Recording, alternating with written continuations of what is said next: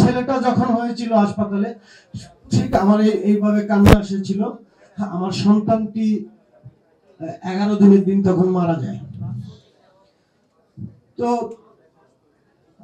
আমার কাছে ওইরকম একটা ফিল হচ্ছে যে মধ্যবিত্ত চলচ্চিত্র আমার ওরকম একটা সন্তান, প্রথম সন্তান। সব কথাগুলো আমার চলচ্চিত্রের আমার যারা সিনিয়র, আমার গুরুজন এবং আমার যারা কলাকুশলী শিল্পী সবাই বলে ফেলেছে। মানে এগুলো কথা বললে রিপিট হয়ে যাবে। তো আমি শুধু এইটুকু বলবো, একজন নির্মাতা হিসাবে আমার দুটি কথা আছে। মধ্যবিত্ত চলচ্চিত্র আমার প্রথম নির্মাণ। তো আমার অনুভূতিটা হচ্ছে আমার প্রথম সন্তান যখন হয়েছিল তখনকার যে অনুভূতি, আমি এখন ঠিক ওই অনুভূতিটাই ফিল করছি যে আমার ছবিটা এত চড়াই উঠার পরে আমার ছবিটা রিলিজ হতে যাচ্ছে। ঠিক আমার প্রথম ছেলেটা যখন হয়েছিল হাসপাতালে, ঠিক আমার এইভাবে কান্না এসেছিল। আমার সন্তানটি 11 দিনের দিন তখন মারা যায়। তো আমার কাছে ওইরকম একটা ফিল হচ্ছে যে মধ্যবিত্ত চলচ্চিত্র আমার ওরকম একটা সন্তান, প্রথম সন্তান। তো আপনারা যদি আমার সাংবাদিক ভাইয়েরা, আমার এই ছবিটার শুরু থেকে আপনারা যে যুদ্ধ করেছেন আমার সাথে, আমার সাংবাদিক ভাইয়েরা সেন্সর বোর্ডের সাথে যে যুদ্ধ করেছেন, সেই যুদ্ধে আপনারা সহযোগিতা না হলে হয়তো আমার মধ্যবিত্ত নামের সার্টিফিকেটটা আমি পেতাম না।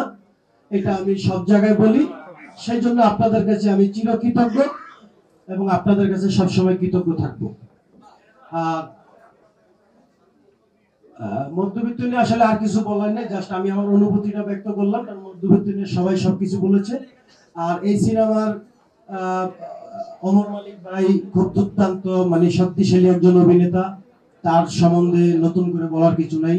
আপনারা যারা সাংবাদিক আছেন সবাই ওমর মালিক ভাই সম্বন্ধে জানেন। এলিনা শাম্মী অনেক দুর্দান্ত অভিনয় করে, তার অভিনয়ের জন্যই তাকে আমার এই ছবিতে নেওয়া। আর শিশির সর্দার সম্বন্ধে তো আমাদের উপস্থাপক আর যে নীরব ভাই বলেই দিয়েছেন। আর মাইশা প্রাপ্তি, ওকে আমি বাংলা চলচ্চিত্রে আমি এনেছি। ওর প্রথম ছবি মধ্যবিত্ত এবং সে জাহাঙ্গীরনগর ইউনিভার্সিটির ইংলিশ ডিপার্টমেন্টের ছাত্রী। তো আমার গল্পের স্ট্রেংথ শুনে সে এক পায়ে রাজি হয়ে গেছে যে ভাই আমি এই ছবি করবো, আমি চলচ্চিত্র করবো, আমি চলচ্চিত্রে কাজ করব, রাজি হয়ে গেছে। তো ইনশাল্লাহ আমরা খুব সুন্দরভাবে সকলের সহযোগিতায়, আমার টেকনিক্যাল টিম, আমার কলাকুশলী, আমার শিল্পী, সকলের সহযোগিতা আমি আজ এই পর্যন্ত আসতে পেরেছি। আগামী ৩রা জানুয়ারি ২০২৫ নতুন বছরের প্রথম সিনেমা মধ্যবিত্ত।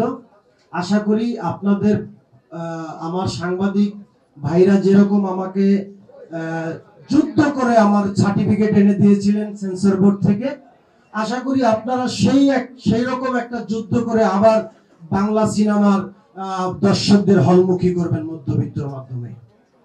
তো এটা আপনাদের কাছে আমার জোর আবেদন থাকবে যে আপনারাই পারেন বাংলা সিনেমা বাঁচিয়ে রাখতে, বাংলা সিনেমার দর্শকদের কাছে পৌঁছে দিতে এবং বাংলা সিনেমা আবার দর্শকদের হলমুখী করার জন্য আপনাদেরকেই উদ্যোগ নিতে হবে, সাংবাদিক ভাইদেরকে। এর কোনো বিকল্প নেই।